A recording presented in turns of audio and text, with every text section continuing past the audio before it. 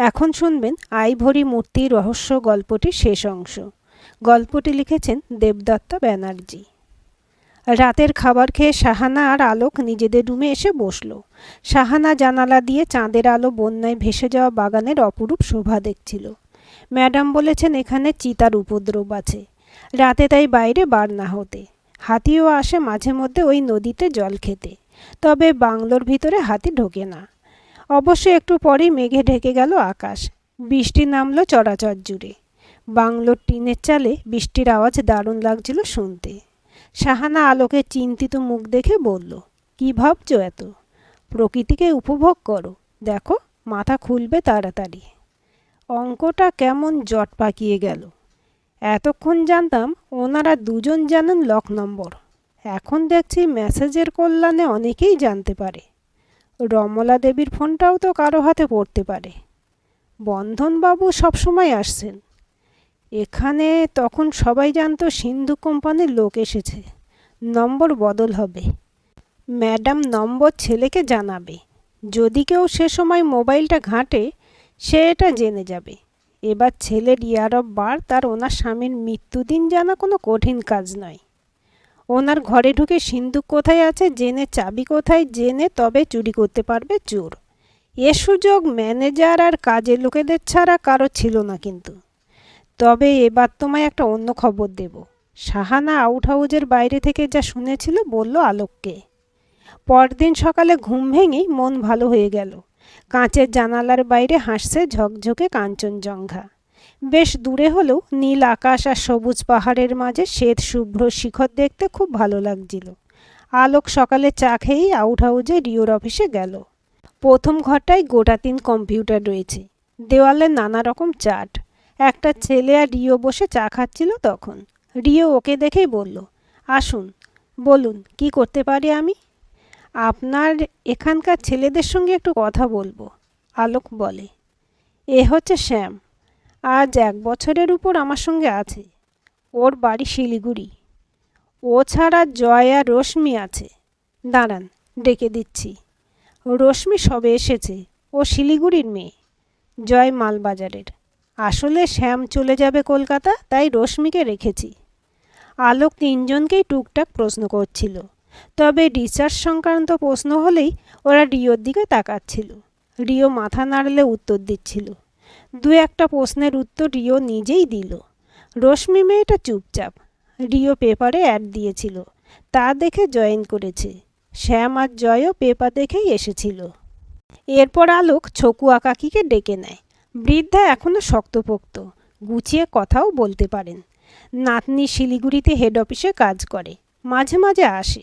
গত সপ্তাহে নাতনি এসেছিল বলল। অনেক পুরনো কথাও জানতে পারলো আলোক। সেই রাতে কফিটা কাকি করেছিল এটাও জানা গেল। সকালে বন্ধনবাবু এসেছিলেন। আলোক গিয়ে আলাপ জমালো। উনি গত 15 বছর এই বাগানেই আছেন। আলোক কথায় কথায় জেনে নিল সেই শনিবার কেউ ওনার গাড়িতে বাংলো থেকে কোথাও গেছিল কি না। আসলে মূর্তি নিয়ে যেতে হলে গাড়ি চাই। বাংলো থেকে বড় রাস্তা প্রায় 8 কিমি। আর রাতে যেমন চিতা ও বন্যপ্রাণীর উপদ্রব আছে, দিনে হেঁটে গেলে কেউ দেখতে পাবে। গাড়িতে আর কে কোথায় গেছে এ খবর আলোক জোগাড় করেছিল অবশ্য। বাগানের বয়স্ক স্টাফ কেউ আছেন কিনা খোঁজ নেয় ও। রিটায়ার্ড এক বড়বাবু রয়েছে শিলিগুড়িতে বাড়ি করে, আর এক প্রাক্তন বৃদ্ধ ডাক্তারবাবু মালবাজারে রয়েছেন উনি জানালেন। চাঞ্চল্যকর কয়েকটা তথ্য হাতে এসেছিল ওদের। রমলা দেবীর ফোন ঘেঁটে শাহানা 3টে আননোন নম্বর বার করেছিল, যার মধ্যে একটা সেই ক্রেতার হবে মনে হচ্ছিল। অলোক 3টে নম্বরেই ফোন করলো। একটা নট রিচেবল, একটা ব্যস্ত, আর একটা সুইচ অফ। একটু পরেই আলোক ম্যাডামকে অনুরোধ করে একটা গাড়ি নিয়ে একটু শিলিগুড়ির দিকে বেরিয়ে গেল। তবে শাহানাকে বলে গেছিল সব দিকে খেয়াল রাখতে, বিশেষ করে রমলা দেবী স্বামী সম্পর্কে খোঁজ নিতে। শাহানা বৃদ্ধ দারোয়ানকে দিয়ে শুরু করেছিল। একে একে পরিচারিকা, মালি সবার সঙ্গে কথা বলল ও। তবে মূর্তি চুরি হয়েছে কাউকে বলেনি। শাহানা একটা উপন্যাস লিখছে এটাই জানানো হয়েছিল। সেদিন ছকুয়া কাকার নাতনি রেশমাকে আলোকের কথা মতো শিলিগুড়ি থেকে ডেকে আনা হয়েছিল। মেয়েটাকে দেখে আদিবাসী মনেই হয় না। গায়ের রং একটু চাপা হলেও চোখ, নাক, মুখ বেশ টানা টানা। ও আশায় শাহানা ওর সঙ্গেও কথা বলে নিতে পারল। চুরির দিন সকালে রেশমা শিলিগুড়ি ফিরেছিল। ও চুরির বিষয় কিছুই জানত না। সেদিন ভোরে বন্ধনবাবু ওকে বড় রাস্তায় ছেড়েছিলেন, তবে ওর সঙ্গে শুধু একটা ছোট্ট ব্যাগ ছিল উনি জানালেন। সাহানাকে আলোক শিলিগুড়ি থেকে ফোনে বলেছিল সবার ফটো জোগাড় করে হোয়াটসঅ্যাপে পাঠাতে। রিও সহকারীদের ব্যাপারে খবর নিয়েছিল আলোক। আসলে ওরা সবাই ওর সন্দেহের তালিকায় ছিল। সবার মোবাইল নম্বর নিয়েছিল ও। রিওর কোম্পানির খবর জানতে বেশ কয়েক জায়গায় মেল করেছিল আলোক। রাতে ফিরে ডিনারের পর আলোক ট্যাব নিয়ে বসেছিল। সাহানাকে বলল, রিও প্রচুর অর্থের মালিক। এই ব্যবসার অর্ধেক রিওর নামে। ওর টাকাও ঠিকঠাক আসে বাইরে থেকে। হয়তো কখনো একটু দেরি হয়, তাই ও চুরি করবে বলে মনে হয় না। ওর কাজ নিয়ে ও সত্যিই ব্যস্ত। ওর সহকারীদের সম্পর্কে খোঁজ নিচ্ছিলাম। সবার আর্থিক অবস্থা নড়বড়ে। এদিকে ছকুয়া দম্পতি যতই বিশ্বস্ত হোক না কেন, রেশমার ভবিষ্যৎ নিয়ে ওরা কী ভাবছে কে জানে। রেশমা সন্দেহের ঊর্ধ্বে নয়, কারণ ও বাগানে ছিল সেই দিন। ভোরে ফিরে গেছিল। ইদানিং ও ঘন ঘন আসছিল বাগানে। আবার বন্ধনবাবুও সন্দেহের আওতায় রয়েছেন। ওনার সুযোগ ছিল প্রচুর। সাহানা একটা হাই তুলে বলল, আমি শুতে যাচ্ছি। আমার মন বলছে বন্ধনবাবুই চোর। প্রমাণ তুমি করে দেখাও। এভাবে কল্পনার মাধ্যমে সলিউশনে আসা যায় না ম্যাডাম। আলোকের কপালে চিন্তার ভাঁজ। ও ট্যাবের ভেতরে ডুবে যায় ধীরে ধীরে। ভোর রাতে আবার আকাশ ভেঙে বৃষ্টি আসে। তখন সাহানা টের পায় আলোক অবশেষে শুতে এসেছে।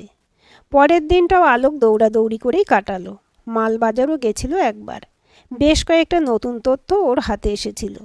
বাগানটা মাল থানার ভিতরে পড়ে। ও থানায় গেছিল বেশ কিছু পুরনো খবর জানতে। ওর এক উচ্চপদস্থ পুলিশ বন্ধুর কল্যাণে অনেক খবর জোগাড় হয়েছিল। রাতে সবার কল লিস্ট চেক করতেই আলোকের চেহারায় একটা খুশির ঝিলিক দেখতে পেল সাহানা। বাইরে তখন মুষলধারে বৃষ্টি শুরু হয়ে গেছে। তরাইয়ের জঙ্গলে এই সময়টা ঘনঘোর বর্ষাকাল। দুর্গাপুজো শুরু অবধি বৃষ্টি থেকে যায় এখানে। সাহানা আগেই শুয়ে পড়েছিল। আলোক সাহানাকে কাছে টানতেই সাহানা বুঝতে পারে আলোক জট ছাড়িয়ে ফেলেছে। নিজেকে উজাড় করে আলোকের কাছে মেলে ধরল সাহানা। আলোক আজ অন্য মুডে রয়েছে। সাহানা জানে কেস শেষের পথে, না হলে আলোক এমন করে না। পরদিন এক রোদ ঝলমলে সকালে আলোক রমলা দেবীর অফিসে এসে দেখল উনি বসে কিছু কাজ করছেন। আলোক ঢুকে সুপ্রভাত বলতেই উনি বসতে বললেন। বাগানে পাতা তোলার কাজ চলছে জোর কদমে। এ সময়টা ফুল সিজন। খোলা জানালা দিয়ে দেখা যাচ্ছে বাউন্ডারির বাইরে পাহাড়ের ঢালে মহিলারা পাতা তোলায় ব্যস্ত। ভেসে আসছে কাঁচা পাতার মিষ্টি গন্ধ। আলোক সেদিক থেকে চোখ ফিরিয়ে বলল, যে কাজের জন্য আপনি আমাদের ডেকেছিলেন তা প্রায় শেষের পথে। রমলা দেবী চোখ তুলে তাকালেন।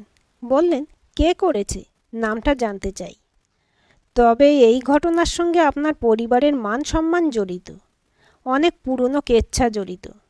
এখন যদি আপনি দোষীকে শাস্তি দিতে চান তাহলে অনেক পুরনো কথা উঠে আসবে। আমি কিছু পুরনো লোকের সঙ্গে দেখা করেছিলাম। এবার বলুন আপনি কি চান? আলোকের দৃষ্টি স্থির। রমলা দেবী কিছুক্ষণ চুপ করে দেওয়ালে টানানো রামকৃষ্ণের ফটোর দিকে একদৃষ্টে চেয়ে বসে রইলেন। ওনার মুখের প্রতিটা পেশি বদলাচ্ছিল ক্ষণে ক্ষণে। ঠোঁট কামড়ে নিজের সঙ্গে এক অসম যুদ্ধ করে চলেছিলেন উনি। আলোক সেদিকে তাকিয়ে বলল, আপনার স্বামীর কোনো ছবি রাখেননি অফিসে বা ঘরে? দেখলাম না তো। উনি একটু গম্ভীর হয়ে বললেন, সে সময় এত ছবি তোলার চল ছিল না। ও তো হঠাৎ করে মারা যায়। কিন্তু আপনি যে আমায় একটা ভুল ইনফরমেশন দিয়েছিলেন তার কি হবে? আপনি তো সব জেনে গেছেন। আর লুকোবো না কিছুই। বলুন কি জানতে চাইছেন? রমলা দেবী মুখ খোলেন নিজেই। আপনার স্বামী আর সোমরা কি করে মারা যায়? চুপ করে বাইরে তাকিয়ে থাকেন রমলা দেবী। কিছুক্ষণ পর বললেন, দুর্ঘটনা। পাহাড় থেকে গাড়ি নদীতে পড়ে গেছিল। আমি যদি বলি সোমরা ওদের নিয়ে ইচ্ছাকৃতভাবে আত্মহত্যা করেছিল, শাস্তি দিতে চেয়েছিল ওদের অপকর্মের। এছাড়া কোনো উপায় ছিল না। আমার স্বামী অবৈধ সম্পর্কে জড়িয়ে বাগান বিক্রির ব্যবস্থা করে ফেলেছিল। এতগুলো লোক পথে বসত। অন্য বাগানের মতো আমার বাবা দাদুর হাতে তৈরি এ বাগান ধ্বংস হয়ে যেত। ও বিয়ের পরে একদম বদলে গিয়েছিল। ক্ষমতা, অর্থ এসব ওর মাথা ঘুরিয়ে দিয়েছিল। অনাথ অসহায় বলে বাবার মন জয় করে একদিন ও কাজে ঢুকেছিল, কিন্তু আস্তে আস্তে আমরা ওর স্বরূপ বুঝতে পেরেছিলাম। বাবা বহু দুঃখে হার্ট অ্যাটাকে মারা যায়, শুধু ওর অপকর্মের জন্য। ও এমন কিছু করেছিল যা বাবা মেনে নিতে পারেনি। তবে এই কেসে এসব কথা তোলা কি খুব জরুরি? জরুরি হয়ে পড়েছে, কারণ মূর্তি চুরির সঙ্গে এসব জড়িয়ে গেছে। যদি দোষীকে পুলিশে দিতে চান, এসব কথা উঠবেই। আমি এখন অবধি পুলিশ ডাকিনি। আমি চাই না এসব কথা পাঁচকান করতে। রিও অনেক কিছুই জানে না, তাই মূর্তি ফেরত পেলেই আমি খুশি। দোষী দোষ স্বীকার করলে আমি আর কিছু করব না, কিন্তু কয়েকজনকে তো ডাকতেই হবে। রিও সব জেনেও যাবে। যদি নাও জানে, মূর্তি কোথায় পাওয়া গেল জানতে চাইবে, কে চুরি করেছিল জানতে চাইবে। কি উত্তর দেবেন তখন? আমি কি জানতে পারি কে চোর আর কেন চুরি করলো? মূর্তিটাই বা কোথায়? রমলা দেবী অসহায় অবস্থায় প্রশ্ন করেন। আপনি ছকুয়া কাকার পরিবার আর আপনার ছেলের লোকজনদের ডেকে নিন। বন্ধনবাবু থাকলে ভালো হয়, তবে দোষীকে শাস্তি দিতে হলে পুলিশ চাই। আমার ফ্যাক্টরির আর বাংলোর 4 জন বিশ্বস্ত গার্ডকে ডেকে নিচ্ছি। তারপর প্রয়োজনে পুলিশ ডাকবো না হয়। তবে দোষ স্বীকার করে মূর্তি ফেরত দিলে কিছুই করব না, রমলা দেবী বললেন। কিছুক্ষণের মধ্যে সবাইকে ডেকে হলঘরে বসার ব্যবস্থা করেছিলেন উনি। কেস প্রায় শেষের পথে। রিও, শ্যাম আর জয়কে নিয়ে চলে এসেছে। রশ্মি আগের দিন রাতে বাড়ি গেছিল, ফেরেনি এখনও। রেশমাকে শিলিগুড়ি ফিরতে দেওয়া হয়নি সেদিন। ছকুয়া কাকা আর ওনার স্ত্রী এসেছিল, বন্ধনবাবুও এসেছেন। ঘরে সবাই বসার পর রমলা দেবী বললেন, আজ সবাইকে এখানে ডাকার কারণ আমাদের বংশের বহু পুরনো বিশ্বকর্মা মূর্তি, যা আমার ব্যবসার সৌভাগ্যের প্রতীক, সেটা চুরি গেছে কয়েকদিন আগে। এই ঘরের মধ্যে হয়তো সেই চোর লুকিয়ে আছে। 5 মিনিট সময় দিলাম। যদি সে দোষ স্বীকার করে মূর্তি ফেরত দিয়ে দেয়, আমি কথা দিচ্ছি থানা পুলিশ হবে না। এই শেষ সুযোগ আমি দিলাম। সবাই একটু উসখুস করে ওঠে। 5 মিনিট কেটে যেতেই রমলা দেবী একটা দীর্ঘশ্বাস ফেলে আলোককে কিছু বলেন। এরপর আলোক উঠে দাঁড়ায়, সবার দিকে তাকিয়ে একবার দেখে নেয়, তারপর বলে, বহুদিন আগে অরিত্র বলে একটি ছেলে এই বাগানে কাজে ঢোকে। শিক্ষিত, সাহসী, পরিশ্রমী ছেলেটি মালিকের চোখে পড়ে যায় খুব তাড়াতাড়ি। উনি কয়েক বছর ধরে ছেলেটিকে কাজ শেখান, টোকলাই ট্রেনিংয়ে পাঠান, তারপর ম্যানেজারে চাকরি দেন এবং নিজের একমাত্র মেয়ের সঙ্গে বিয়ে দেন। এরপর ওদের একটি ছেলেও হয়। কিন্তু কয়েক বছরের মধ্যে অরিত্র সম্পত্তি ও ক্ষমতার স্বাদ পেয়ে বদলে যায়। এক সাধারণ বেতনভুক কর্মচারী সোমরার বউয়ের সাথে অবৈধ সম্পর্কে জড়িয়ে যায়। ওদের একটি অবৈধ মেয়ে হয়েছিল। এসব জানতে পেরে মালিক হার্ট অ্যাটাকে মারা যান। লোকলজ্জার ভয়ে রমলা দেবী চুপ করেছিলেন। অরিত্র নিজেকে সামলে নিয়েছিল কিছুদিন, কিন্তু এর কয়েক বছর পর অরিত্র বাগানে টাকা নয়-ছয় করে পালিয়ে যাওয়ার প্ল্যান করে সোমরার বউকে নিয়ে। তলে তলে বাগানের টাকা চুরি করে ব্যবসা শেষ করে দিচ্ছিল অরিত্র। সোমরা নিজের বউকে ভালোবাসলেও সব জানতে পেরে ওদের দুজনকে শেষ করে ফেলার পরিকল্পনা করে। বউকে সে যেমন ভালোবাসত, বাগানের প্রতি মালকিন রমলা দেবীর প্রতিও সে বিশ্বস্ত ছিল। তাই একদিন সুযোগ পেয়ে গাড়ি নিয়ে নিজের বউ আর অরিত্রবাবুকে নিয়ে এক জায়গা থেকে ফেরার পথে সে পাহাড় থেকে নদীতে ঝাঁপ দেয়। আলোক একটু থামতেই রিও বলে ওঠে, এসব আষাঢ়ে গপ্প না বলে চুরির ব্যাপারে আলোচনা করলে হতো না? মা তো আপনাদের চুরির জন্য ডেকেছিল যতদূর জানি। এসব মন গড়া কাহিনী। রিওকে মাঝপথে থামিয়ে আলোক বলে, এবার সে বিষয়েই বলবো। এই ইতিহাসটুকু না বললে বাকিটা বুঝতো না কেউ। আমি বাগানের ডাক্তারবাবুর সঙ্গে দেখা করে এসব জানতে পারি। উনিও হয়তো বলতেন না, কিন্তু মূর্তি চুরির কথা শুনে উনি আমাকে সাহায্য করেছেন। অরিত্রর অবৈধ সন্তান যে সোমরার মেয়ের পরিচয়ে বড় হচ্ছিল, কেউ তাকে ভালোবাসত না। রমলা দেবী ওকে শহরে পড়তে পাঠিয়েছিলেন, কারণ ওকে দূরে রাখতে চাইতেন সবসময়। আসলে ওর চেহারাতে অরিত্রবাবুর একটা ছাপ রয়েছে। যদিও এই বাংলোতে অরিত্রবাবুর কোনো ছবি নেই, আমি তা দেখেছি ডাক্তারবাবুর বাসাতে, বাগানের পুজোর ছবিতে। যাই হোক, রেশমা পাশ করার পর ওকে রমলা দেবী বাগানের হেড অফিসে কাজ দিয়েছিলেন। সেই দূরেই রাখতে চাইতেন সবসময়। মেয়েটা কিন্তু বাবা মায়ের মৃত্যু ভোলেনি। ও বোধহয় নিজের চেহারা দেখে কিছু আঁচ করেছিল। ওর পরিবারের কারোর সঙ্গে ওর মিল নেই। হোস্টেলে অনাথের মতো মানুষ হয়েছে, কারো ভালোবাসা পায়নি। মাঝে মধ্যে বাগানে আসতো। এখানেই ওর জীবনে একটি ছেলে আসে কিছুদিন আগে, রিও সহকারী শ্যাম। শ্যাম আর রেশমা দুজনেই উঠে দাঁড়ায়। শ্যাম বলে, এসব কি হচ্ছে, এভাবে অপমান? অলোক ওদের বলে, বসে পড়ুন, আমার কথা শেষ হলে যা বলার বলবেন। অনেকেই জানে আপনাদের কথা, বাগানের অনেকেই দেখেছে আপনাদের। সবাই বাধ্য হয়ে বসে পড়ে। আলোক বলে, প্রথম ভালোবাসার ছোঁয়ায় গলে গিয়ে রেশমা অনেক কিছুই বলে ফেলে শ্যামকে। ওরা পালিয়ে যাবে ঠিক হয়, কিন্তু ওদের তখন দরকার অনেক টাকা। তাই ওরা দুজনে এই মূর্তি চুরির প্ল্যান করে। বিশ্বকর্মা পুজোয় মূর্তিটা শ্যাম দেখেছিল গতবার। রিওর মোবাইলে সিন্ধুকে লক নম্বর খুঁজে পেয়েছিল কয়েক মাস আগে। সিন্ধু কোম্পানির লোক এসেছিল। এই সময় নম্বর বদলাবে রমলা দেবী, এটা রেশমাই ওকে বলেছিল। রিওর হ্যাবিট শ্যাম জানত, তাই মেসেজটা বুঝতে পারে সহজেই। রিওর ইয়ার অফ বার্থও শ্যাম জানত, আর অন্য ইয়ারটা রেশমা জানত, কারণ ওর বাবা মায়ের মৃত্যু হয় একই দিনে। এরপর রেশমা তার বন্ধু ছিল সুযোগের অপেক্ষায়। চোরা বাজারে মূর্তির ফটোটা দেখিয়েছিল ওরা। 20 লাখের উপর দাম পাবে মূর্তিটা জানত। রেশমা গত কয়েক মাস বেশ ঘন ঘন বাগানে আসতো বয়ফ্রেন্ডের সঙ্গে দেখা করার জন্য। আর কি করে চুরিটা করা যায় সেটা ভাবতো দুজনেই। রমলা দেবী রাতে শোয়ার আগে 1 কাপ কফি খান মাঝে মধ্যে। এই সুযোগের অপেক্ষায় ছিল রেশমা। সেই বৃষ্টির রাতে কফি বানানোর সময় কিচেনে ঠাকুরমার সঙ্গে ছিল রেশমা।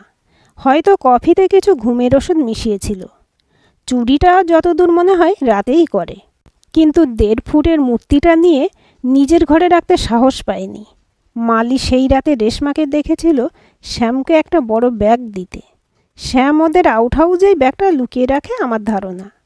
পরদিন ভোরে বন্ধনবাবুর গাড়িতে বাস রাস্তা অবধি লিফট নেয় রেশমা, কিন্তু খালি হাতেই ফিরে যায় শিলিগুড়ি। কারণ ও জানত চুরির কথা জানাজানি হলে ওকেও টানবে পুলিশ। এবার দুজনে ছিল সুযোগের অপেক্ষায়। ওরা বোঝেনি এত তাড়াতাড়ি চুরিটা রমলা দেবী চোখে পড়বে, তাই ধীরে ধীরে এগোচ্ছিল। এর মধ্যে চলে আসে আমরা। এবার ওরা ঘাবড়ে যায়। রেশমা খবর পেয়ে বাগানে আসে। ওরা মূর্তিটা নিয়ে বাগান ছেড়ে যেতে সাহস পাচ্ছিল না, কারণ ওরা কেউ ইনবর্ন ক্রিমিনাল নয়। ওরা ভেবেছিল মূর্তি বিক্রি করে দূরে কোথাও চলে যাবে, তবে একসঙ্গে নয়, আলাদা আলাদা। পরে মূর্তির ঝামেলা শেষ হলে ওরা এক হবে। শ্যাম রিওবাবুকে বলেছিলেন অন্য চাকরি পেয়ে কলকাতায় চলে যাচ্ছেন, তাই তো? আমি এখানে থাকলে আমার কোনো ভবিষ্যৎ নেই, তাই কলকাতায় চলে যাচ্ছিলাম। এটা কয়েক সপ্তাহ আগেই স্যারকে বলেছিলাম। বাকি গল্পটা বেশ ভালো, কিন্তু প্রমাণ? শ্যাম বলে ওঠে, প্রমাণ আপনাদের ফোন কলের লিস্ট, যা আমার এক পুলিশ বন্ধু কাল পাঠিয়েছে। আমি রেশমাকে ভালোবাসি, তাই ফোন করি। সেটা তো অপরাধ নয়। চুরিটা কি করে প্রমাণ হবে? শ্যাম বলে ওঠে। আলোক হেসে ফেলে, বলে, মূর্তিটাতে রেশমার হাতের ছাপ পাওয়া যাবে। না, পাবেন না, ওটা হলুদ ভেলভেটের কাপড়ে মোড়া ছিল। রেশমা বলে ওঠে, বাহ, তুমি জানলে কি করে ওটা হলুদ ভেলভেটে মোড়া ছিল? আলোক বলে, আসলে আসলে তাই তো থাকে, প্রতিবার দেখি তো। রেশমা সামলাতে চেষ্টা করে। হঠাৎ মুখ ফসকে একটা ভুল বলে ফেলেছে বুঝতে পারে। পুজোর সময় মূর্তি কোনো কাপড়ে মোড়া থাকে না, আর এর আগে সিন্ধুক থেকে মূর্তি বার করতে বা তুলতে তুমি দেখোনি, কারণ তুমি হোস্টেলে থাকতে। তাছাড়া চোরা বাজারে যে অ্যান্টিক বিক্রেতার কাছে তোমরা গেছিলে মূর্তির ফটো নিয়ে, সেখানে সিসিটিভিতে তোমাদের ছবি আছে। ওই কিউরিও ব্যবসায়ীও খোঁজ নিয়ে রমলা দেবীকে ডাইরেক্ট ফোন করেছিলেন মূর্তিটা কেনার জন্য। আচ্ছা, এবার আপনি মূর্তি বার করুন দেখি, দেখি আপনার গল্পের দৌড়। রেশমা বলে ওঠে, আমার যদি ভুল না হয় মূর্তি এখনও এখানেই আছে। ওই আউট হাউসে শ্যামের ঘরটা খুঁজলেই পাওয়া যাবে। কি শ্যাম? এতেও প্রমাণ হয় না মূর্তি আমি বা আমরা নিয়েছিলাম। যে কেউ আমাদের ফাঁসানোর জন্য ওর ঘরে রাখতে পারে ওটা। রেশমা আবার বলে ওঠে, কিন্তু সিন্ধুকের ভেতরে যে একটা কাঁচের চুড়ির টুকরো পেয়েছিলাম আমি, যার বাকিগুলো এখনও তোমার হাতে। আলোক বলে। রেশমার হাতে লাল সবুজ কাঁচের চুড়ি কয়েক গাছা করে। ও নিজের হাতের দিকে তাকায়। আলোক বলে, সেই রাতে তাড়াহুড়োই ওই চুড়ির একটা ভেঙে সিন্ধুকের ভেতরে পড়ে গেছিল। আর ওই দেওয়ালের ফটো ফ্রেমেও তোমার হাতের ছাপ পাওয়া যাবে। বাইরের লোক সিন্ধুকটা কোথায় তাই তো জানতো না। রেশমা দুহাতে মুখ ঢেকে বসে পড়ে। শ্যাম কিংকর্তব্য বিমূঢ় হয়ে দাঁড়িয়ে থাকে। ছকুয়া কাকা, জয়, রিও উঠে যায় আলোকের ইশারায়। একটু পরেই একটা ছোট আলোয়ান জড়ানো মূর্তিটা শ্যামের ঘরের একটা কোণা থেকে বড় ব্যাগের ভিতরে পাওয়া যায়। ওরাই ওটা উদ্ধার করে নিয়ে আসে। টেবিলে মূর্তিটা রাখতেই আলোয় ঝলমল করে ওঠে আইভরির বিশ্বকর্মা। নানা রকমের মণিমুক্তা সোনা সিংহাসনের কারুকার্য দেখার মতো। সাহানার আলোক অভিভূত। রমলা দেবীর চোখে জল চিকচিক করে ওঠে। উনি রেশমার দিকে তাকিয়ে বলে ওঠেন, 20 লাখ টাকার জন্য রেশমা তুই এই কাজ করতে পারলি? তোকে আমি পড়িয়েছি, মানুষ করেছি, রক্তের রং দেখিয়ে দিলি তুই। চুপ করুন। আমার বাবা মা সবাই মরে যাওয়ার পর দয়া তাচ্ছিল্য ছাড়া কী পেয়েছি? রিও বাগানের মালিক, আর আমি সোমরা, যাকে আমার বাবা বলে জেনেছিলাম, যে এত বড় ত্যাগ করে বাগানটা বাঁচালো, ব্যবসা বাঁচালো, তার মেয়ে একজন সাধারণ কর্মচারী। আর অরিত্রবাবু যদি আমার আসল বাবা হয়, তবে তো এই বাগানে আমারও দাবি থাকে। ছকু আর থাকতে না পেরে উঠে এসে রেশমাকে একটা চড় মারতে উদ্যত হয়। তবে রিও হাতটা ধরে ফেলে ঠিক সময়ে। রেশমা একটানা কথাগুলো বলে হাঁপাতে থাকে। রিও আস্তে আস্তে ছকুয়া কাকাকে নিয়ে বাইরে চলে যায়। রমলা দেবী অবাক হয়ে তাকিয়ে থাকেন রেশমার দিকে। ঘরে সবাই চুপ। শ্যাম বলে, তাহলে এবার পুলিশে ধরিয়ে দিন আমাদের। আর ওয়েট করছেন কেন?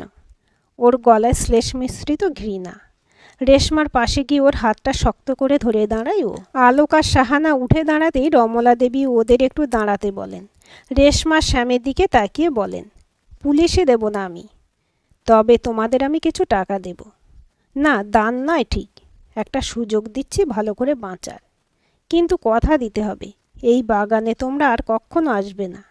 নতুন জীবন শুরু করতে চেয়েছিলে মূর্তি বিক্রি করে, এই টাকায় নতুন জীবন শুরু করো অন্য কোথাও গিয়ে। আমাদের এখানে শান্তিতে থাকতে দাও। আর একটা কথা শুনে যাও, এই বাগানটা রিওর বাবার নয়, আমার। তাই অরিত্রর মেয়ের এখানে কোনো দাবি নেই। সোমরার কোনো মেয়ে ছিল না। এবার তোমরা আসতে পারো। রেশমা আর শ্যাম মাথা নিচু করে বেরিয়ে যায় ধীরে ধীরে। আলোক আর সাহানা বাইরে এসে দাঁড়ায়। চা বাগানের পিছনের সবুজ পাহাড়ের দিকে তাকিয়ে আলোক বলে, কাজ তো শেষ হলো, কিন্তু 2 দিন এখন ডুয়ার্স ঘুরবো ভাবছি। কলকাতার ওই গরমে এত তাড়াতাড়ি ফিরতে মন চাইছে না আর।